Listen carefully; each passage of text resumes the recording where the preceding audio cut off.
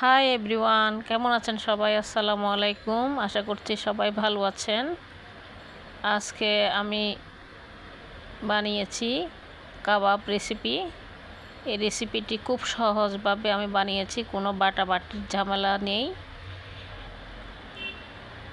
আমি এখানে বুটের ডালটাকে ব্লেন্ড করে নিয়েছিলাম আগেভাগে। এই ব্লেন্ড করা ডাল দিয়েই আমি আজকে কাবাব বানাবো।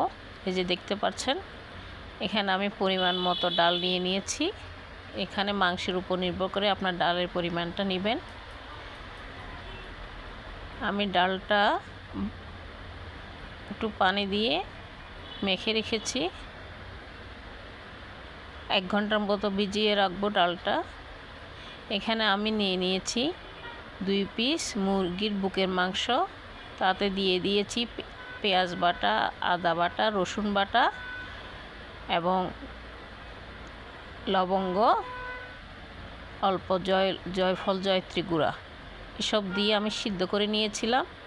এরপর ওই যে ভেজানো ডালটা এর মধ্যে দিয়ে দিলাম। মুরগির মাংসটা যখন সিদ্ধ হয়ে গিয়েছে, এর মধ্যে ডালটা দিয়ে দিয়েছি, দেখতে পাচ্ছেন। এখন যেটা করতে হবে, খুব ভালোভাবে নেড়ে নিতে হবে।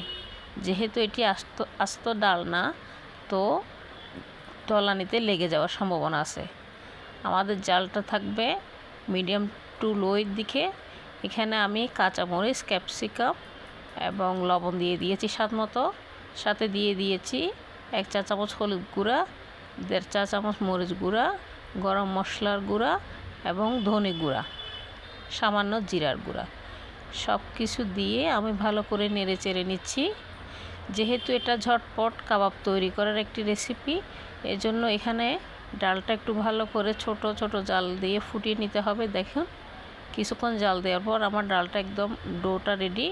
এখানে আমি অল্প ব্রেড ক্রাম্ব এবং ডিম দিয়ে ভালো করে মথে নিয়েছি। এখানে যে আস্ত মশলাগুলো দিয়েছিলাম ওগুলো আমি বের করে নিয়েছি।